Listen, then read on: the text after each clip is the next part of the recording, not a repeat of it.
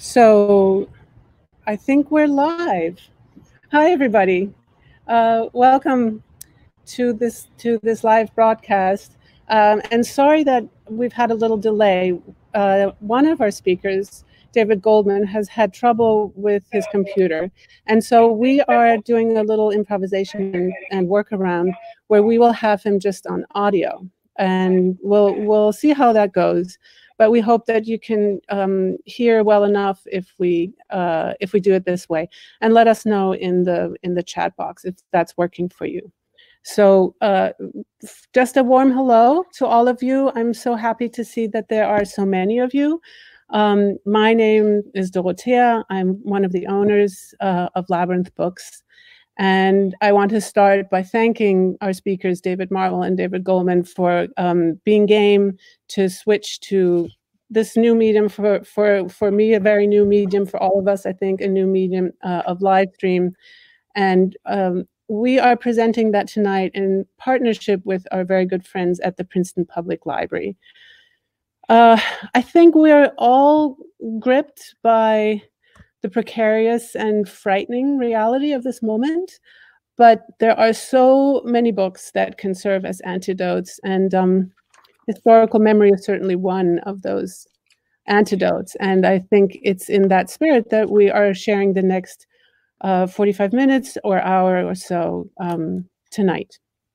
And briefly, before I introduce our speakers in more detail and then step aside or minimize or whatever it is that we do these days, I just want to say quickly that David Marwell's book, fabulous book, Mengele, here it is, Unmasking the Angel of Death, is available here at Labyrinth or at whichever is your nearest and dearest local bookstore.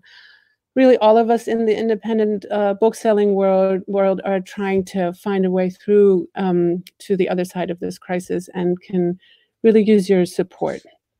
If you do want to buy this book at Labyrinth, it will be 10% off and it will ship for free if you place your order over the phones. And we have phone hours and numbers that we'll post to the chat box and that are also on our website. So that would be the easiest way for us to get you that book. Other logistics, I want to make sure that you can ask a question and know how to do that. In this platform, the best way is to go to the Ask a Question button that's at the bottom middle of your screen. That's better than putting questions in the chat box. And then if you see a question already there that interests you too, there's a little arrow next to questions, and you can click on those arrows and upvote them. And then I will see that there's sort of a cumulative interest in a question and can focus on those a little bit. But now let's turn to what critics are considering really sort of a definitive account of the Nazi doctor and war criminal Josef Mengele. David Marwell's book is both a biography and a detective story, really. And he's uniquely prepared to tell this story. He is an American historian and the former director of the Jewish Heritage Museum in New York City. And before that, he was director of the Berlin Document Center. David Marwell also worked, and this will be crucial as we'll see, at the Justice Department's Office of Special Investigations, where together with Israel and Germany, the U.S. identified in the 1980s, eventually identified Mengeles remains. And with us, unfortunately not in view, but on the audio, to interview David Marwell about the many threads of the story is David Goldman. So warm hello to you, David, on audio. The two Davids are friends, and they have a deeply shared interest in, I think, in helping us learn from the past in order, hopefully, not to repeat the worst kinds of atrocities. David Goldman is a distinguished lawyer, and he's the founder and chairman of the fellowship at Auschwitz for the study of professional ethics, or FASPE. This is a very special nonprofit organization, And through it, graduate students are brought together and brought to Auschwitz to examine moral and ethical issues that arise from their chosen professions.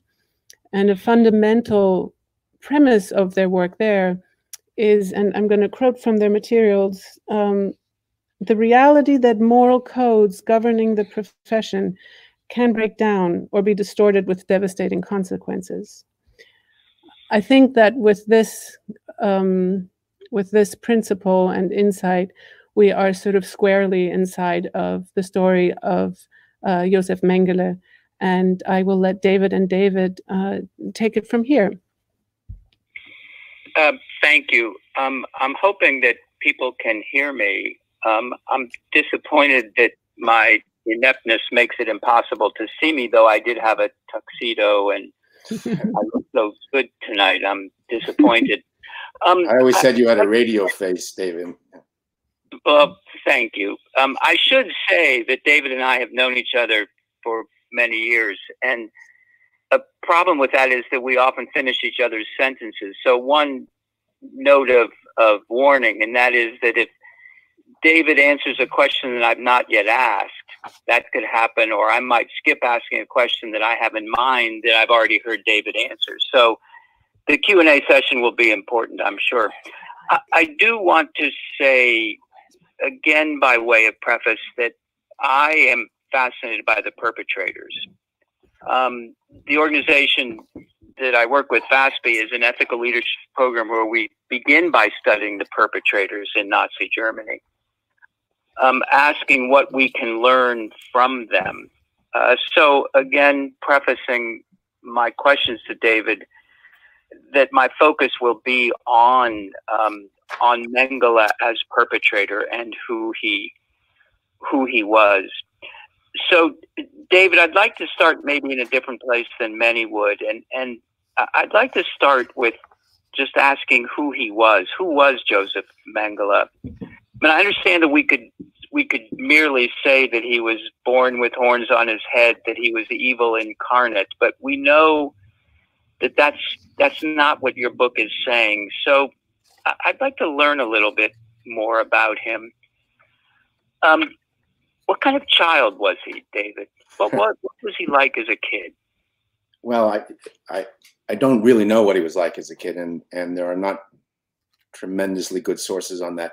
The best source on his childhood is actually his own writings about himself. Mengele wrote an autobiography for his family, which was written in the beginning in the 60s and completed to the extent that it was finished in the 1970s. And he wrote it as a novel, as a fiction, believing that if he were freed from the rigorous telling of facts, he could make of his life something perhaps more illustrative or more important as a means of teaching important lessons. And when he talks about his childhood, he spends about 100 pages about his birth, which says something about how important he thought he was. I say in the book that there's nothing in his childhood that gives any hint of the murderer that Mengele was to become. There's nothing about his childhood that fulfills our notion of what an incubator for that kind of future would have been. There's no stories of him, murdering pets in the backyard or being a bully or unkind. He grew up in a prosperous family, a loving family with household help, with parents who cared for him, and with 2 younger brothers. But there's nothing in his childhood that suggests, that points to even the politics that he was later to adopt. What kind of student? What did he study? What kind of student was he? He went the academic route in Germany. He went to the gymnasium. He was a middling student. I have his report cards. He was not outstanding in the classroom. Part of that was because he had a serious illness as a child, which played a role later on in our ability to identify his body. But it wasn't until he got to the university when he became a passionate student, and his passion was devoted to science, to medicine, to anthropology. He had an elite education. He studied at Munich, Bonn, Vienna, Leipzig, and Frankfurt. He had not only a medical degree, but also a PhD in anthropology. He studied with Nobel Prize winners, either already laureates or those who would become prize winners in the future. He was considered a extremely able student and had extremely. He writes in his autobiography about the impact of his teachers on him, and he's quite passionate about how he was moved by not only their skill but also their devotion to the science of medicine and anthropology. Anything political? Anything that gives a hint as to his politics while he was in university? So his university career coincides almost precisely with the rise of the Nazi Party and its assumption to power. He began his studies in April of 1930, in the summer semester of 1930, and he came from a home that was conservative, Catholic, probably an element of anti-Semitism, but not anything that would set him on the course that he eventually took. So tell us more about his studying. What was he studying? What the medicine that he was focused on? What was it?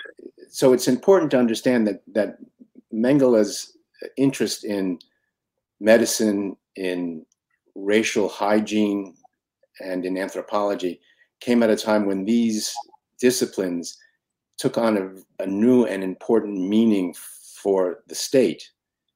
Hitler believed that physicians were extremely important in terms of carrying out his worldview. And, Himmler said that National Socialism was simply biology enacted. That it was, and the fact that Mengele began to study these sciences when they took on a new status is extremely important. What does a new status mean? It means that these sciences had a kind of what one scholar calls a symbiotic relationship with the state, that Nazi science provided a fundamental support for the Nazi worldview, and it also benefited from the kinds of things that science benefits from: funding, from an elevation of its status. And so that's extremely important. And the fact that Mengele became a physician and go on. Was it rogue science? Was it rogue medicine? Is it no? The science was mainstream for Germany at the time, avant-garde, but not rogue in any way, not unconventional. But he certainly was. I describe him as both the product and the promise of German science. And he did 2 dissertations, one in medicine, which studied the heritability of the cleft palate, which led to support for the sterilization laws, which meant that people who had cleft palates were subject to forced sterilization. And he had as his mentors in anthropology an extremely famous anthropologist named Theodor Mollison, and his medical dissertation advisor was Otto von Verschuur, who was the head of the Racial Hygiene Institute in the University of Frankfurt, and later the head of the Kaiser Wilhelm Institute in Berlin. He was a promising young scientist on the cutting edge of German science, and had probably a wonderful academic career in front of him had the war not started and had things happened differently. I want to get to the war in a minute, but still about him. Married, children? Yeah, he married a woman that he met in Leipzig. He married her right before the beginning of the war. They had really no real married life together since the war came, and he had other things to do. They had one son who was born on Mengele's own birthday, March 16th, in 1943. 1944, excuse me. Do we know anything about his faith? How religious he was? Yeah, his mother was a very devout Catholic, and he writes about that in his memoir. He chose to have a church wedding, which was unusual for an SS officer. So he had some, that was out of respect for his mother or out of some nostalgic sense of belonging to the Catholic Church, but he was not regularly observant, although it had an impact on him. And he writes about it when his mother dies. He reflects on his Catholic upbringing. Let me jump around a little bit. Thanks for that background. Yeah. So when did Mengele become part of your life? I want to talk about you now. How did you become involved with him? Well, I worked, as Dorothea mentioned, I was with the Department of Justice in Washington as a historian for the Office of Special Investigations, and was involved in the normal work of the office, which was investigating or identifying and investigating and prosecuting Nazi war criminals who were living in the United States. But I was also responsible for what we called special projects in the office. And I worked on the Klaus Barbie case in 1983 when it was alleged that Klaus Barbie had worked for U.S. intelligence. And indeed, we found that in fact was true and published a report in the summer of 1983. And in 1985, for reasons that are probably too complicated to go into in this conversation, Mengele became a subject of intense public interest, and the Attorney General asked my office to investigate certain allegations that Mengele had been interned by the Americans and knowingly released, and then eventually used by the Americans, sort of like Barbie had. So we were asked to investigate those allegations, and that investigation then became an international manhunt when we were joined by another office in the Justice Department, the U.S. Marshal Service, and the German prosecutor in Frankfurt, and the Israeli government, both the Justice Ministry and the Mossad. So, okay, so David, how did he's Joseph Mengele, how did he get out of Germany? How did that happen?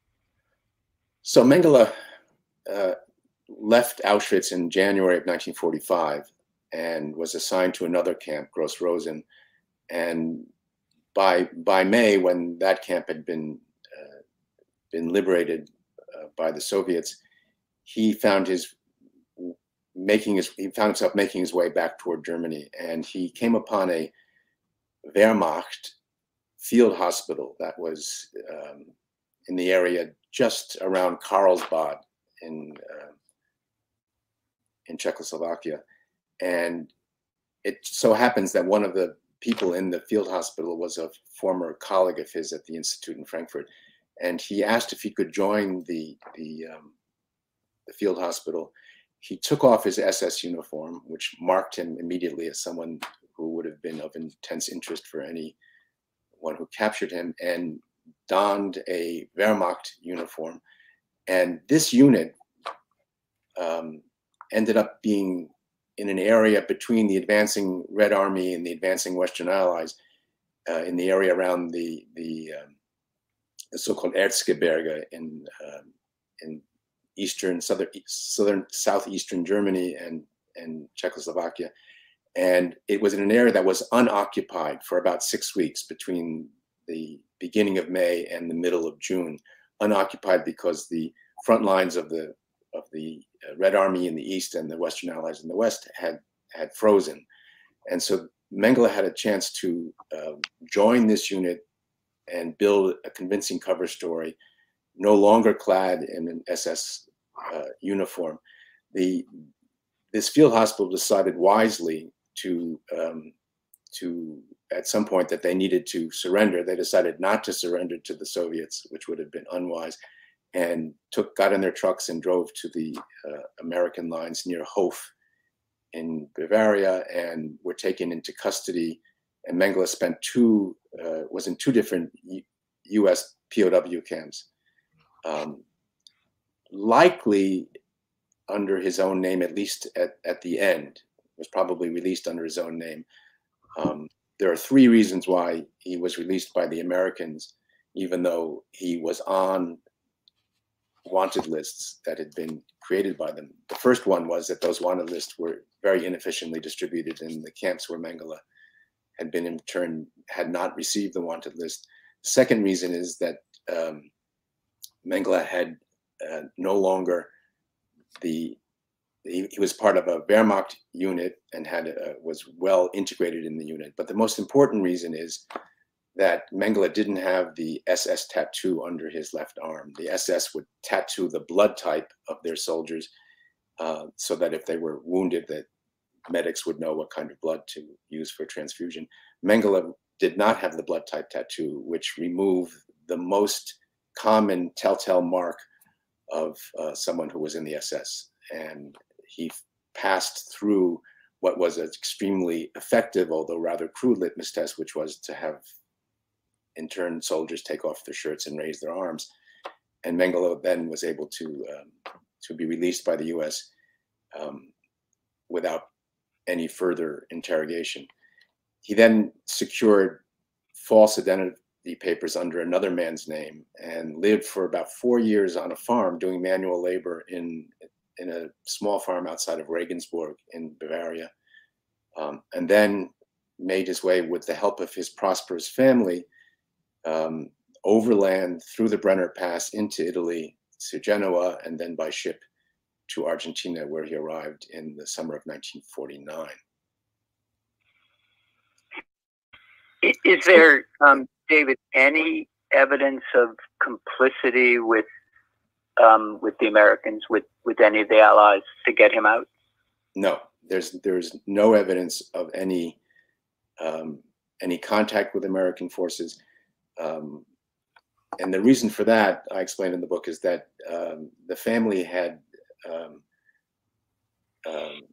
choreographed a ruse that Mengele had died. And in the files, if you look in the files of the Nuremberg war crimes trials, there's a card file, and in that card file, there's an indication that Mengele had died. And the family was able to maintain that ruse, and with their prosperous, with the means they had, they were able to help Mengele out of Germany without any official help. They were able to purchase the services of experienced guides who were very practiced in getting people over the border, and were able to purchase effective false identities for him. The book tells, as Dorothy has said, a bit of a detective story about how you, with others, discovered what had happened to him, what his life was like in South America, how he died. I'd like, if we have time, to come back to that. But okay. I want to make sure we spend time at Auschwitz. Yeah. What you an entree into this is you and I talked as you were writing the book, and at one point you said to me that you were quite anxious about how it might be received. You were concerned about how people might take the book. Tell us about why you felt that, and that might help us understand a bit about how you feel about his work at Auschwitz.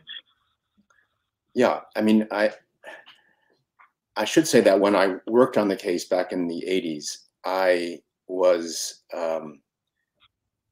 I believe the common picture of Mengele as some kind of mad scientist, someone who was motivated by kind of grotesque interest in and sadistic interest in odd things. He was interested in twins. He was interested. I came across a document on another case where he had sent the head of a 12-year-old boy to the lab for fixing, for having slides made and for being placed in formaldehyde. And I didn't have a great deal of curiosity about exactly what his science was all about. I simply accepted this kind of caricature, which came along with tremendous support from popular culture. I had seen the Boys from Brazil and the Marathon Man, and I read The Deputy, and I had read Time's Arrow by Martin Amis, and I had seen a number of these films and read a number of the books that portray him as this kind of prototype of evil. But I also knew that we didn't really know all that much about what he did at Auschwitz. The science, there were no records of his, very few, that really illustrate the exact nature of his experiments, the goals of the experiments, the procedures he used. All we had was the testimony of his victims, who by and large were young, traumatized children at the time of their encounter with Mengele. And we also had the testimony of physicians who had been recruited by Mengele. I say recruited, meaning they had been forced to help him with his scientific work. Mengele established at Auschwitz a kind of research institute on the pattern of those that he had been associated with both in Frankfurt and Berlin. The great medical talent from all over Europe spilled out of the trains at the ramp at Auschwitz, and he made sure that he kept an eye out for talented physicians and pathologists and pediatricians and medical illustrators and photographers and nurses, so that he could assemble a team who could assist him in his work. So we have the testimony of these inmate physicians who were operating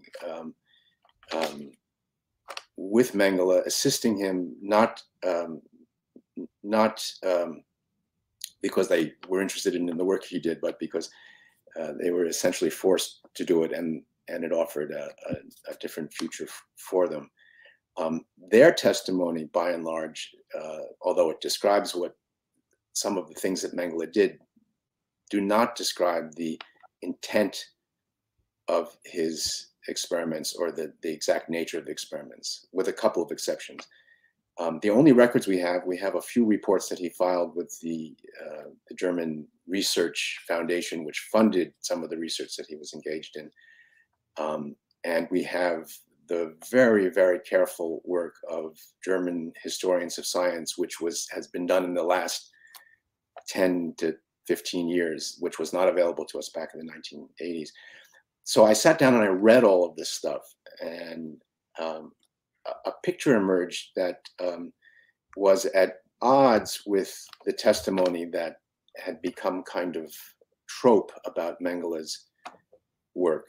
It was at odds in that it wasn't clear that what the testimony that came from survivors, which alleged a particular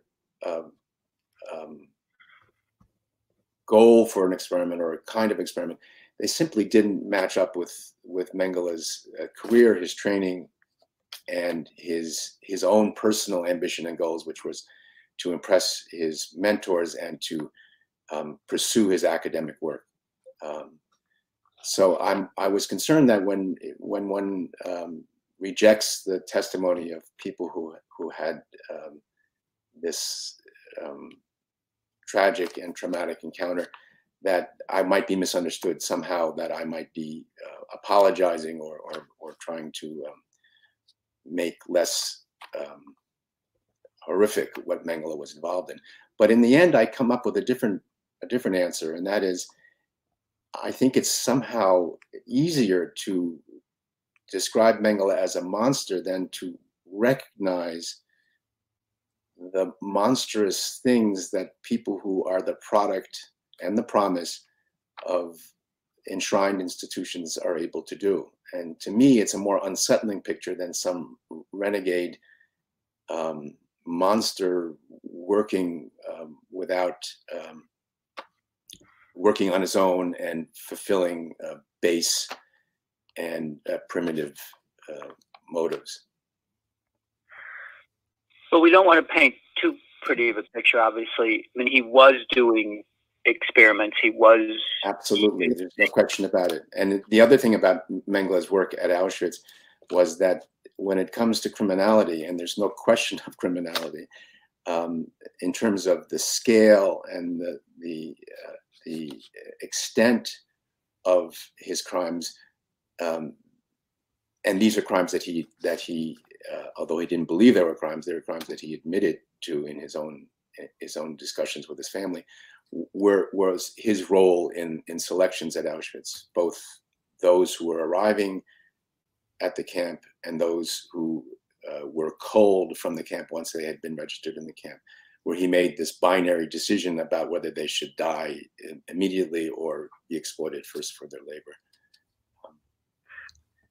If we look, I understand that the selection, the crime of the selection, where he was choosing to murder people. And believed in it, yeah. And believe, if we go back to the experiment for which he's so known, we go back to that, what was motivating him? Why was he doing the experiments? What excited him? What motivated? What got him up every day? Well, I mean, he was, part of it was that he found himself in a situation with no moral or ethical boundaries or limitations imposed on him. Let's talk about his twin research. One of the inmate physicians, and this is one of the exceptions of people who claim to know the purpose of Mengele's experiments, said that Mengele was involved in working with twins because he wanted to discover the secret of twin birth, so that he could use that knowledge to apply it to the German population and secure an Aryan future by increasing the birth rate in Germany. Well, this is not true. And it ignores, first of all, I think the proposition that if Mengele was interested in the secret of twin birth, he would be equally interested in the parents as he would be in the twins themselves. And he showed no interest in the parents of twins. They were often sent to their deaths, and the twins were sent to the barracks, where they were then used as unwilling subjects for his experiments. It also ignores the long tradition of twin experiments within Germany. There were 200 dissertations written based on twin research during the Nazi period. Twin research was considered the gold standard of genetic research, and I won't go into the theory behind it, but it has to do with comparing the incidence of disease or between fraternal twins and identical twins, to tease out what was the result of nature and what was the result of nurture and environment. Mengele's work at Auschwitz was an extension of the work that he was doing in Germany before the war. Of course, at that time, he didn't have the same so-called supply of research material. When the war started, twin research ended in Germany because of the fact that young children, and most twin research was done on children because you needed a pair of twins, and when they get older, they diverge in their lives. Most children were moved to the countryside. The whole cost of the war in terms of human infrastructure made it very difficult to continue twin research until Mengele got to Auschwitz. And there he had before him a nearly unlimited, at least an extreme number of twin subjects. For him, Mengele, Auschwitz was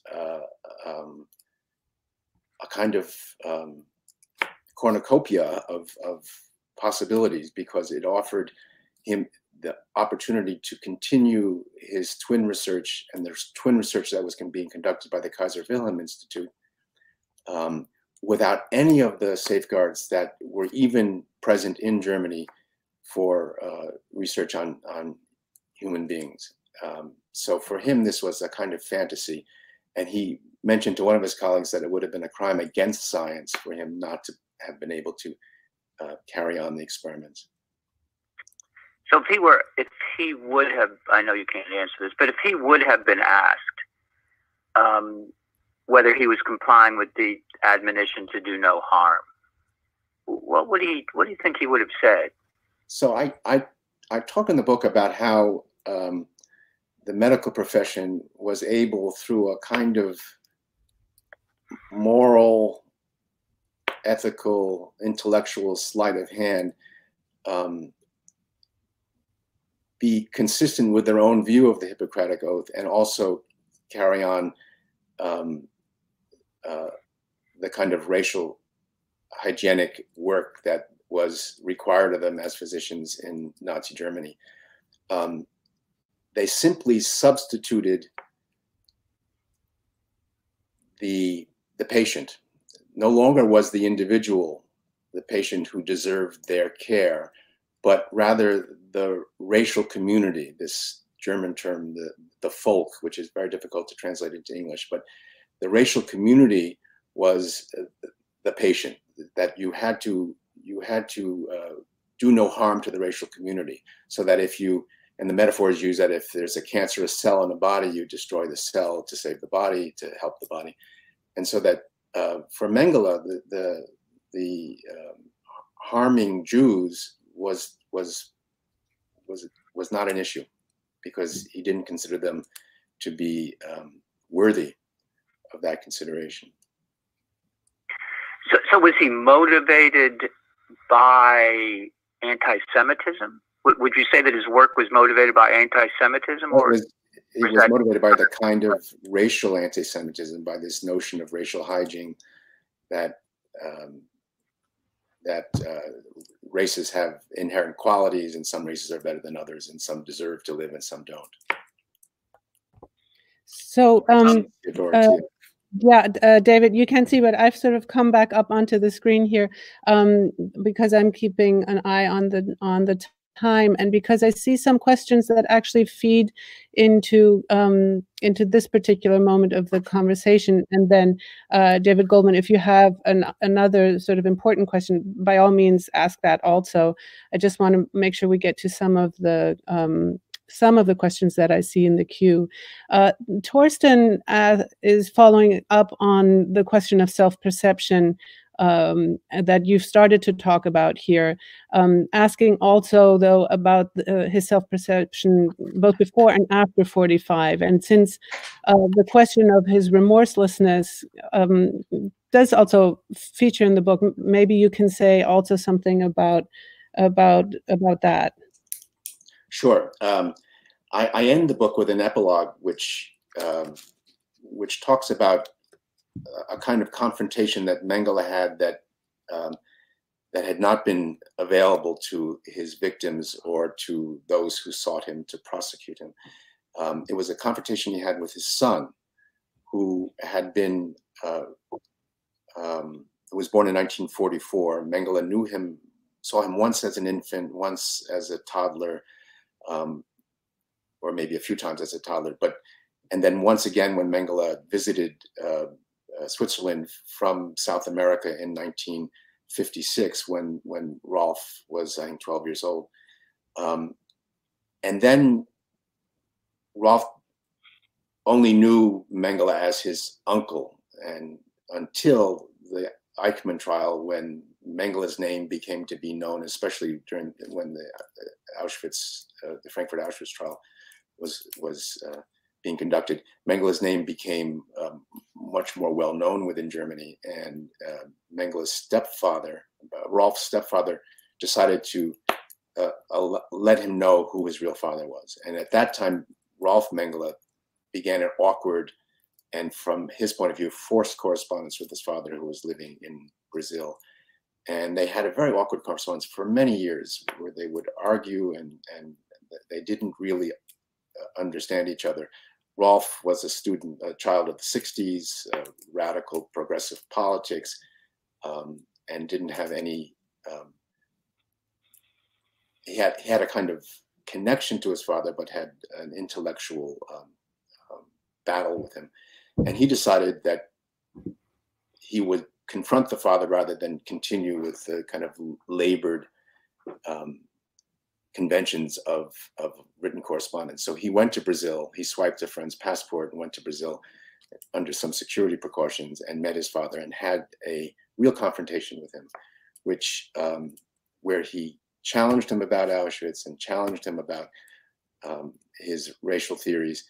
I don't want to spoil the whole thing, but Mengele essentially says, and gets quite emotional, even weeping, saying that it's so hurtful that his own son would believe what was written in the papers about him, that that the people who arrived at Auschwitz were already dead when they got there, and he was simply, in fact, helping some people live a bit longer, and that,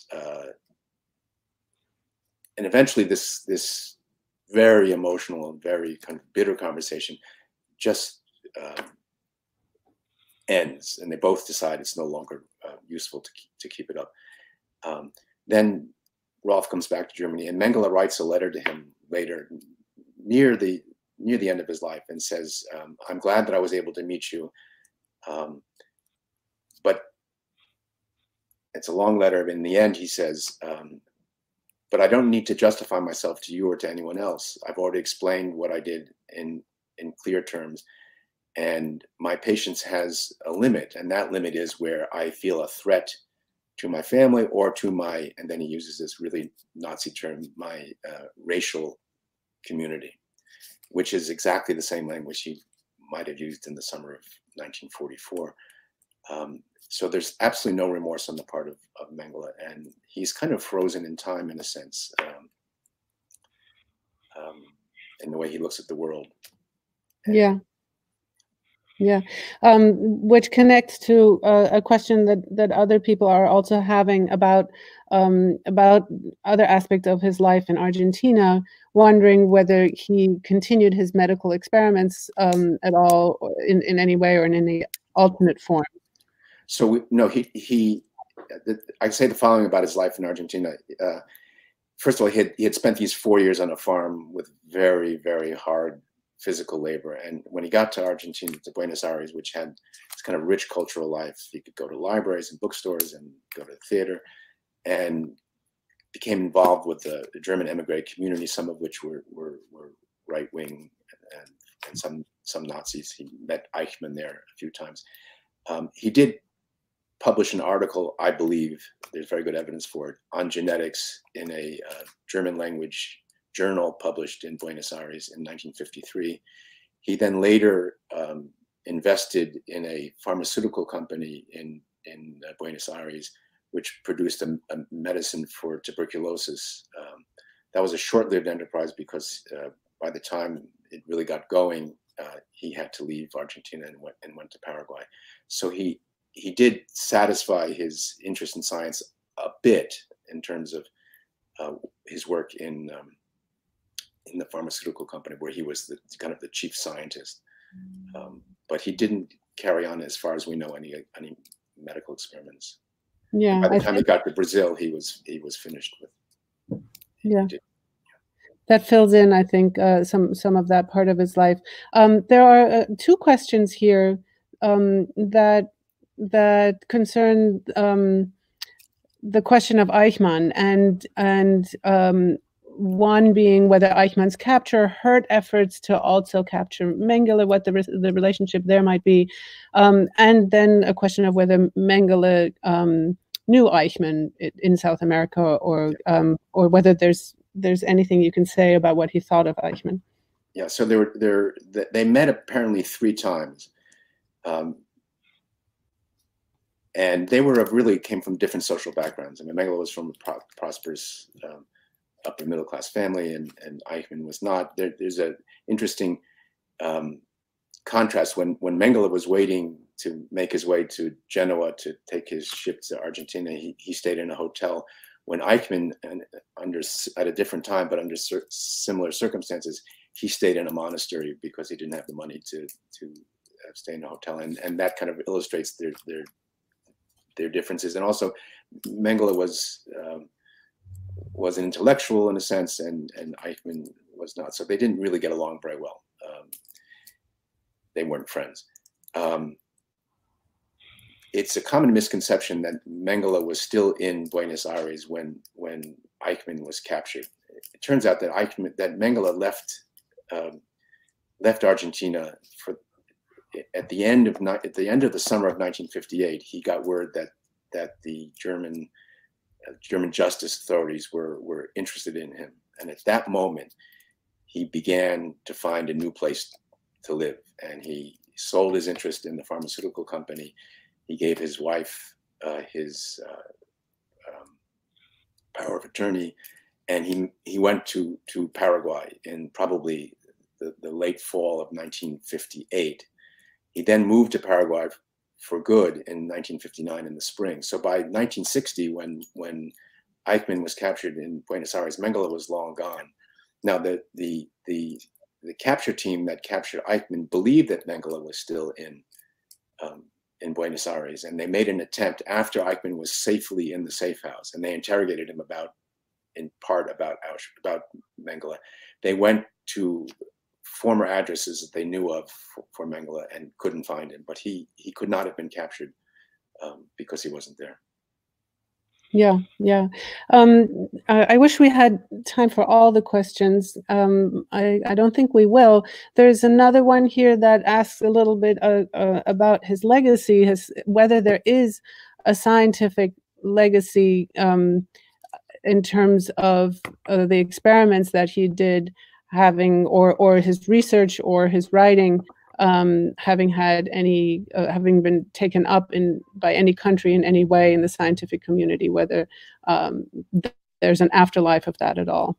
So we don't know. We don't have any of his medical files, so we don't know what his experiments really were. We do know one series of experiments that he did, which there was a disease called Noma, which was a kind of oral cancer where the face is eaten away by a kind of gangrene that had been kind of disappeared in the developed world. You still found it in the developing world and among some people with immune systems that were jeopardized.